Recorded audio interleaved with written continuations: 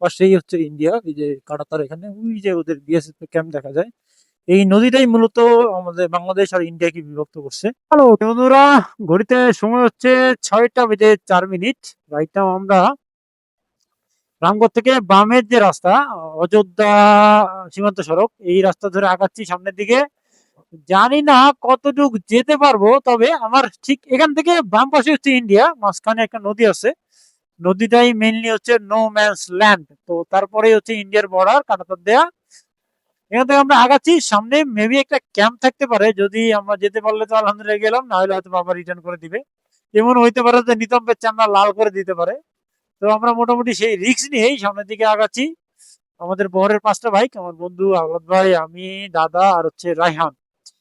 তো গুড়ি গুড়ি বৃষ্টি হচ্ছে সামনে।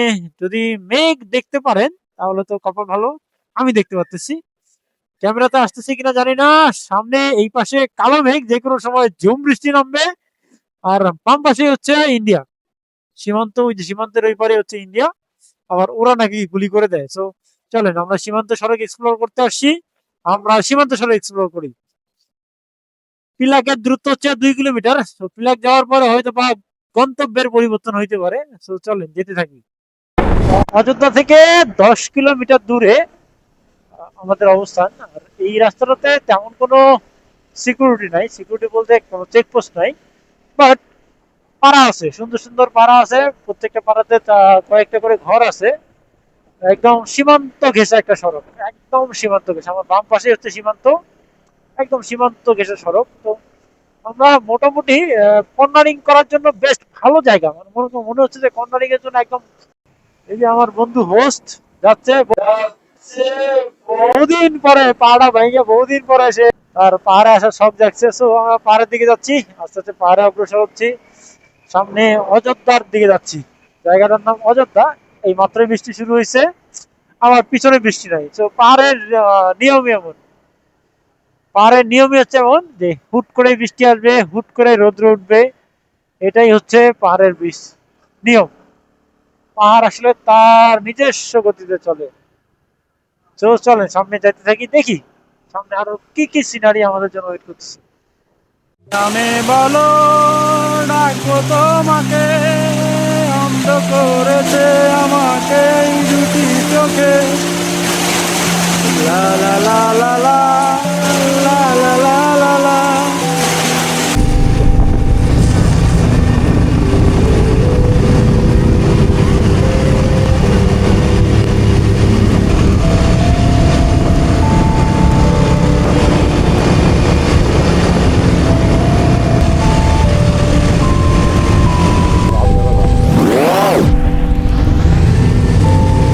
পাখির মতো নাচাও হাত।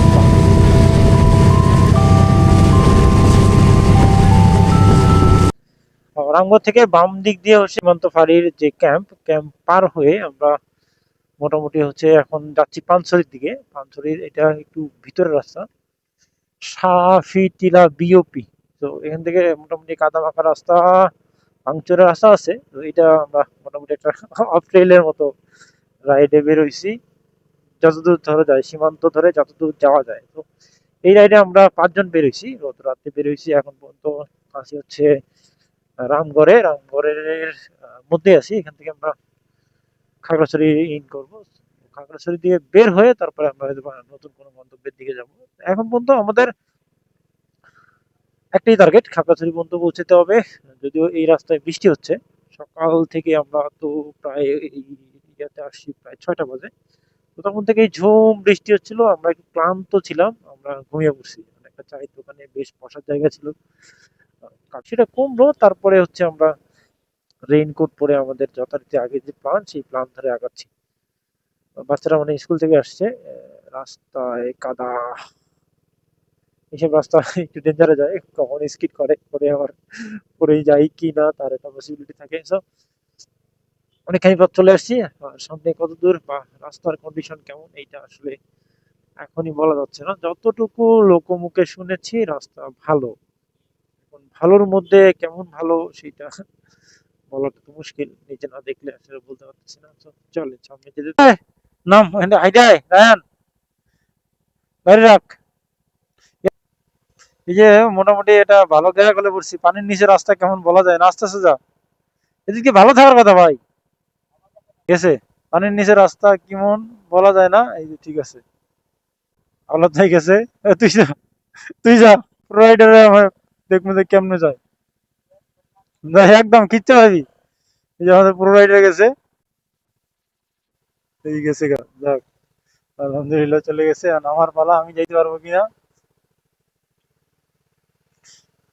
ইলাহা ইল্লাল্লাহ। আমরা দেখতে দেখতে তবলছড়ি পার হয়ে গেছি, তবলছড়ি পার হয়ে আমরা এখন মাটিরাঙ্গার কাছাকাছি। মিটিরাঙ্গা জায়গায় রাস্তায় পানি জমে আছে। তো আসলে পানির নিচে রাস্তা কেমন এটা আমাদের আইডেন্টিফাই করতে একটু সময় লেগে যাচ্ছে।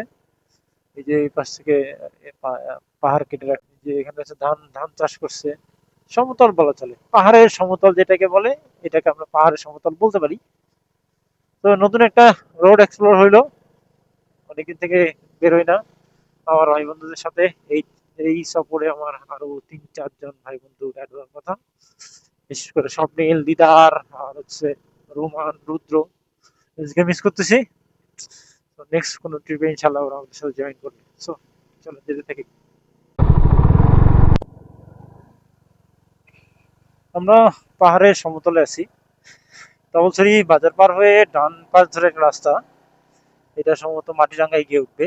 তো এই রাস্তা ধরে আমরা আগাচ্ছি। তো ডান পাশে যদি দেখেন, বামে উঁচা টিলা পাহাড়, আর ডানে হচ্ছে একদম সমতল। এখানে হচ্ছে এই যে ধান চাষ করছে, মানে ধান মোটামুটি ভালো লাগতেছে। পাহাড়ের সমতলে আছি, খাগড়াছড়িতে আছি, পাহাড়ে সকাল থেকেই বৃষ্টি হচ্ছে। এখন গুড়ি গুড়ি বৃষ্টিটা কমে গেছে। সকাল থেকে বৃষ্টিতে ভিজলাম, রেইনকোট টেনকোট পরে বৃষ্টিতে ভিজতে ভিজতে এই পর্যন্ত চলে আসছি। জানি না আর কতক্ষণ ভিজতে হবে। তো চলেন পাহাড়ে যাই, পাহাড়ে আসছি, ভিজতে আসছি। পাহাড়ে বৃষ্টি বিলাস কত দূর আমাদেরকে নিয়ে যায়।